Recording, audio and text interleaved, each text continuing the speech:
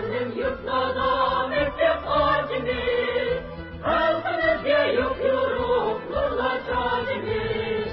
Hüsnü kalkan yolumuz saadet yolumuz, biz ömrüm yemedik ekilman gidiz. Hüsnü kalkan yolumuz saadet yolumuz, biz ömrüm yemedik ekilman gidiz. Sende boldu erfanga yurtumuz kapuş, İrfan bilen ekilgan saadetimiz. Okuyunuz evlatlıyım efendiler, olsun olsun mekteplim ekilgan polis.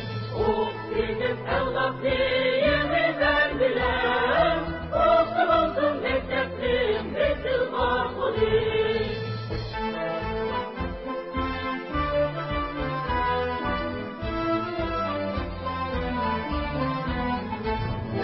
Yurttan bensimdi ana yurdumuz, yerimden yine inabetimiz.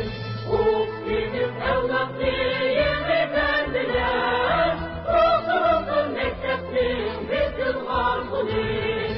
Okuyunuz evlatlıyım efendiler, olsun olsun mekteplim ekilgan polis. Sende boldu irfanga yurdumuz kapuş, İrfan bilen ekilgan saadetimiz. Okuyunuz evlatlıyım efendiler, olsun olsun mekteplim ekilgan polis.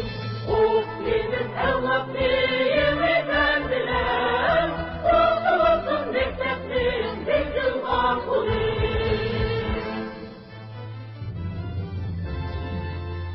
Rıqabet ilkidi dünya kütüp durmak köp qorğan. Ana qabil boğunlarga bıçak açtı yeni devran. Kolumda bor, tilimde nur, dilimde düş urar ilham. Vücudumda mihir gayret, tabilerge tesadduq can. Qadirlik munbirim taxtim, devir mendin talep qilgan. Buruç yelkemni basmakta, tahir kalbimde min okyan.